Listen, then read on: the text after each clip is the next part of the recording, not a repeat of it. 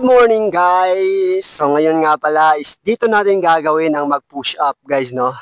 Pero hindi natin magagawa yung white push up. Ang magagawa lang natin is yung narrow push up tsaka yung diamond push up. Ewan ko ba kung ano naisipan ko guys, no? Kasi nga nagagandahan lang talaga ako dito sa likod ko. Kung nakikita niyo yan, yung sunset nung nasa likod. So napakaganda.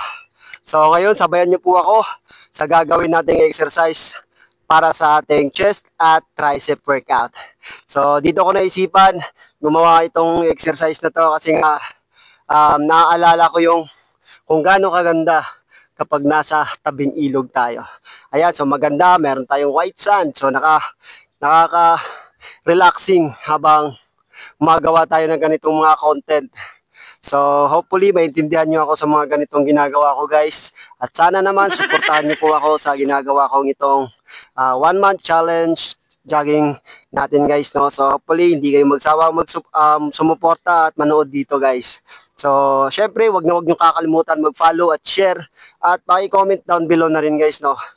Kung na-inspire ba kita o na-motivate din kita sa mga ginagawa kong itong videos na to. So tara, let's go. So start na tayo guys. So narrow push up muna tayo. 1,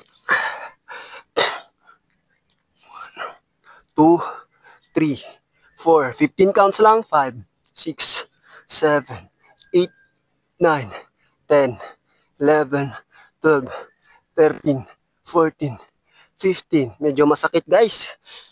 So last is diamond push up. 1, 2, 3, 4, 5, 6, 7, 8, 9, 10, 11, 12, 13, 14, 15. Last one. Gods. So, ayun lang guys, no? So, for today's video, so, yan lang, tapos na. So, uulitin nyo lang yon at least mga 3 working set, tapos 15 set every exercise. So, maganda yon para sa chest workout natin guys. At dito naman sa tricep part natin. So, kung gusto mong mag-improve yung mga sinasabi kong part na yon, so, ganun lang yung gawin nyo guys, no? So, everyday, possible, magkaka-improve kayo dyan.